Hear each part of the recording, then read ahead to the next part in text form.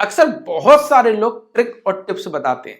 एक में ऐसे ही देख रहा था तो एक ने कहा 1/2, 1/4, 1/8, 1/16, 1/32, तो आप लिख देना बच्चों 31/32, यानी कि नीचे वाली चीज में से एक घटा के लिख देना, आंसर आ जाएगा कितनी बड़ी संख्या हो। यानी कि अगर यहां पर 1/64 आया तो फिर हमें क्या करना है, हमको करना है 63/64, ये हमारा आंसर आ जाएगा। मैंने कहा बहुत बढ़िया बात है, मतलब ट्रिक कहीं से देखी, चापी और बता दिया। और ये बात ठीक है कि उसने इसका आंसर निकाल के दे दिया और बिल्कुल राइट आंसर है। उसने कहा 2 दूनी 4 दूनी 8 दूनी 16 दूनी 32 दूनी 64, इसका आंसर आ गया। अब सवाल ये उठता है कि 1/3 प्लस 1/9, जस्ट हम ऐसी 3 3 9, 9 3 27, 27 3 81, इसका क्या आंसर आएगा। उसने कहा कि कोई बात नहीं, इसका भी आंसर, चूंकि उसने ये ट्रिक आजमा ली, अब उसके माइंड में ये ट्रिक इस तरीके से घुस गई कि इसका आंसर यही होगा, तो उसने गया, अरे ये तो सर ने हमें बताया है 80/81, और वो लिख के चला आएगा। क्या ये आंसर सही है? क्योंकि हम उसके बेसिक कॉन्सेप्ट को नहीं समझते ना, तभी कंफ्यूज होते। अगर मान लो ये आ गया तो जरूर तो नहीं वो ये देगा 1/16 चौको 64, 1/256। अगर ये उसने दे दिया तो हमने कहा ठीक है 251/256 आएगा, वो 255/256। क्या ये ट्रिक सही है? दरअसल में यहां कॉन्सेप्ट अलग है, ये कॉन्सेप्ट अलग है, ये कॉन्सेप्ट अलग है। आंसर कैसे क्या आना है मैं अभी आपको बताता हूं। कभी भी किताबों का देखा या कोई ट्रिक और टिप्स बता दे उस पर पूर्णतः विश्वास मत करो, क्योंकि उसी पर अगर आप विश्वास करके चले गए तो जो आपके नंबर आने थे वो भी चले जाएंगे। ठीक है, कॉन्सेप्ट को समझो, कॉन्सेप्ट क्या कह रहा है, ये कॉन्सेप्ट क्या कह रहा है। ये कॉन्सेप्ट हमसे ये कह रहा है कि इसका एक क्रम बना हुआ है। क्रम का मतलब क्या है, 2 का दूना 4, 4 का दूना 8, 8 का दूना 16, 16 का दूना 32, 32 दूना 64। जब इस तरीके की कोई संख्या लिखी होती है तो उसका जो सबसे बड़ा नंबर होता है उसमें पिछली जितनी भी संख्याएं होती हैं उसका भाग पूरा पूरा चला जाता है। यानी कि एलसीएम क्या होता है, एलसीएम 64 होता है। अगर 64 तक गया, अगर 32 तक गया तो एलसीएम 32 होगा। ठीक है, 32 होगा। अगर ये सवाल इस तरीके से ना लिखकर वो बंदा ये लिख देता 1/2 प्लस 1/4 प्लस 1/6 प्लस 1/8, यानी कि 2 दूनी 4, 2 तिया 6, 2 चौको 8 और 2 पन 10, तो इसका एलसीएम क्या होता? क्या इसका एलसीएम 10 होता?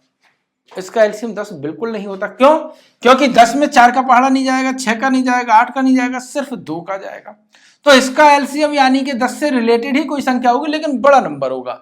तो 10 का 20 20 में नहीं जाएगा, 30 30 में नहीं जाएगा, 40 40 में किस किस का जाएगा, 40 6 का नहीं जाएगा, 50 60 70 और 80। क्या 60 में जाएगा? 8 1 8 45, 8 6 48, 8 7 56 नहीं जाएगा।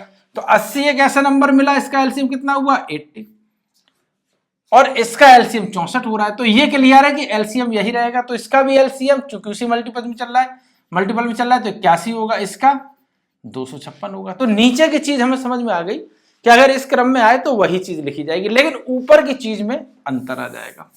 उसको समझते हैं कैसे। ये क्या है, ये हमसे कह रहा है 63/64 आंसर आएगा, तो कोई भी संख्या उसका इसी क्रम में आंसर आएगा। दरअसल में 2 क्या है, 2 कह रहा है कि हम जो 64 है यानी कि यहां से हम शुरू होंगे और 1 तक जाएंगे, तो इसी को हमें जोड़ना है। तो 32 16 16 32 16 3 48, वो 16 दूनी 32, 16 3 48, 49 50 51 52 53 54 55 56 57 58 59 60 61 62 और 63। तो हमारे पास कितना आया, हमने इसको जोड़ दिया 63। बट हमने इसको जोड़ क्यों दिया, सबसे बड़ा सवाल। हमने इसको इसलिए जोड़ दिया, अभी हम बताते हैं, क्योंकि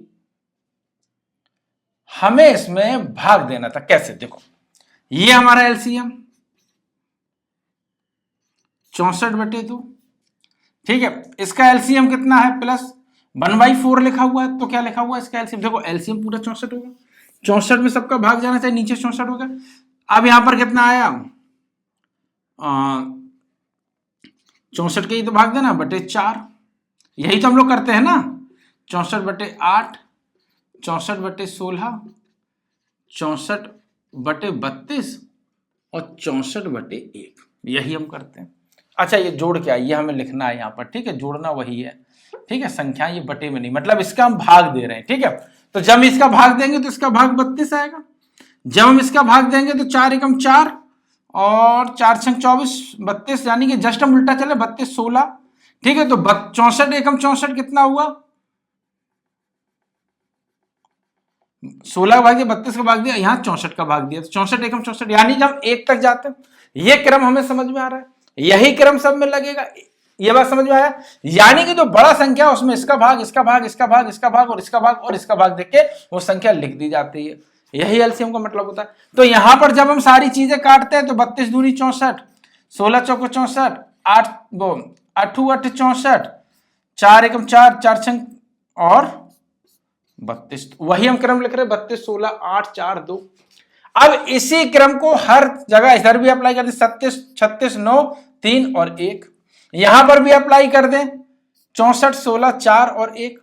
ठीक है, तो क्या आएगा? 27 9 3 27 9 चौको 36 37 38 39 और 40। तो देखो यहां पे कितना है? 40/41।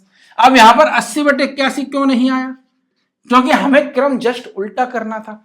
तो यहां पर आया 40/81। अब यहां पर देखो 64 16 चौको 64 16 पंचे 80 81 82 83 84 85। यहां कितना आएगा? 85। क्यों आएगा? क्योंकि मैंने क्या कहा कि जिस क्रम में ये लिख रहे थे 32 16 8 4 2 और 1 को मैंने जोड़ दिया था, नीचे वाली संख्या को जोड़ दिया था। क्योंकि ऊपर हमने भाग किया ना, यहां पर हम भाग कर रहे हैं ना, तो 16 32 ही तो आ रहा है। तो यहां पर देखो 32 आ रहा है ना, तो यहां पर 32 आएगा, यहां पर 16, यहां पर 8, यहां पर 4, यहां पर 2 और यहां पर 1। ठीक है, एक बात समझ आई?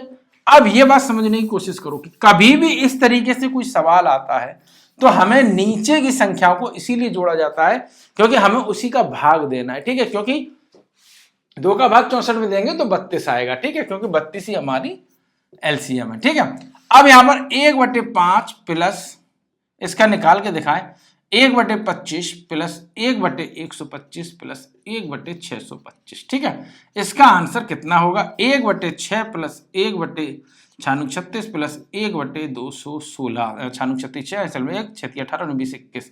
इसका आंसर कितना? ठीक है, दोनों का आंसर बताएं और एक इसका भी आंसर बताएं। 1/2 प्लस 1/4 प्लस 1/8 प्लस 1/16। इसका भी आंसर, ये तीनों आंसर निकालें